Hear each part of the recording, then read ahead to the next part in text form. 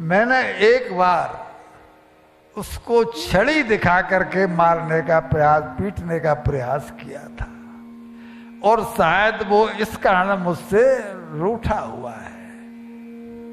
भैया तुम उससे जाके कहना कि वो क्षमा कर दे मुझे, जिससे कि ये उसका जो मेरी जो गिलानी है वो दूर आ जाए। उद्धव जी कहते हैं भैया ये बात नहीं है, वो जल्दी आएंगे। एक बार को फिर मैया को इन्होंने खोटा कह दिया कि वो जल्दी ही आएंगे। मैया बोली कि इतनी जल्दी कैसी, इतनी व्यस्तता कैसी, कि राजकाज की व्यस्तता में वो माँ के दूध का कर्जा उतारना भी भूल गया। उसने मेरा दुग्धपान किया है, इसको भी भूल गया कि मेरे मैया बाबा रोते होंगे, मेरी सखियां चीखती होंगी। उद्धव ऐसी राजकाज व्यवस्था पथिक तू इतनो कही हो जाए, अब कब हूं बातें कछु न कहूंगी, बस एक बार आ जाए। उखलते कबू न बांधूं, कितनो दही फैलाए, नहीं रोकूं माखन चोरी ते, खूब चुरा कर खाए। को गोपी यद रोके तो मैं बाकू दूं समझाए, मोकू भले न मैया माने, ढाय मान आ जाए। दासी मान करके आ जाए, लेकिन कम से कम एक बार आ तो जाए।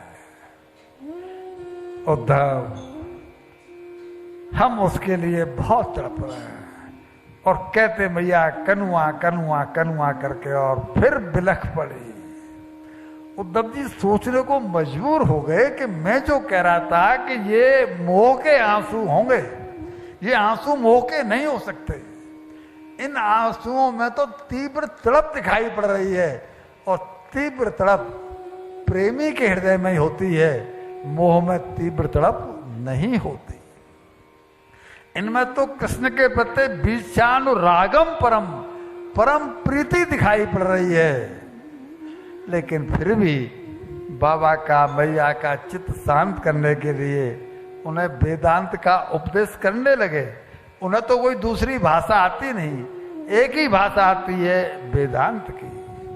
बोले बाबा श्री कृष्ण के लिए मत रो, क्यों?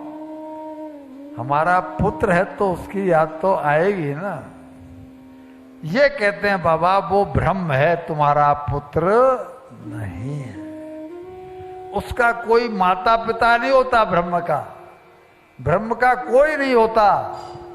ब्रह्म निराकार निर्गुण होता है, और ये अपनी चर्चाएं करने लगे वेदांत की।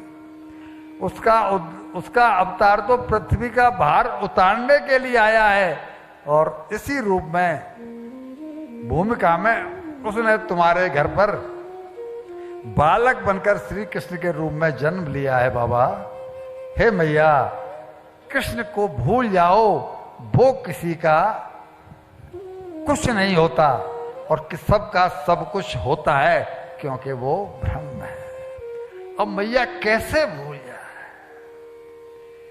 मैया भूल कैसे जाए? एक दवाई की दुकान के सामने एक बूढ़ी माँ बहुत देर से खड़ी थी, बहुत देर तक खड़ी रही। वो देख रही थी कि ग्राहक सब हट जाएं, तो मैं जाकर के और दुकानदार के पास अपनी दवाई मांगू। और जब उसने जाकर के, दुकानदार जब खाली हो गया, तो उतर के गया उस बुढ़िया के पास और बोला मैया मैं तुमको बहुत देर से देख रहा हूं कि तुम दुकान के सामने और दिन में दोपहरी में खड़ी हो, तुम्हें कुछ चाहिए क्या? तुम्हें कोई कष्ट है क्या? हाँ बेटा, मुझे एक दवाई चाहिए थी। बाबा भैया कौन सी दवाई चाहिए? आओ दुकान पे आओ, दवाई ले लो। वो लाला मेरे 2 बेटे हैं, दोनों बेटे बड़े शहर मुंबई में रहते हैं। अब तक वो हर साल अपनी पत्नियों के और बच्चों के साथ मुझसे मिलने के लिए आते थे। मैं साल भर तक टकटकी लगाए उनका इंतजार करती रहती थी कि मेरे बच्चे आ रहे होंगे। आज सुबह मुझे उसका पत्र मिला कि अम्मा इस बार हम पहाड़ पर घूमने जा रहे हैं, तुमसे मिलने के लिए नहीं आएंगे। तब से मैं उनकी याद में तड़प रही हूं। मैं समझ में नहीं आ रहा क्या करूं। तो बेटा तुम्हारी दुकान पर इसलिए आई हूं कि तुम मुझे कोई भूलने की दवाई दे दो, मैं उन्हें भूल जाऊं। केमिस्ट के शब्द मुंह से निकले नहीं कि मां तेरे दवाई तेरे बच्चों के पास है, तेरी दवाई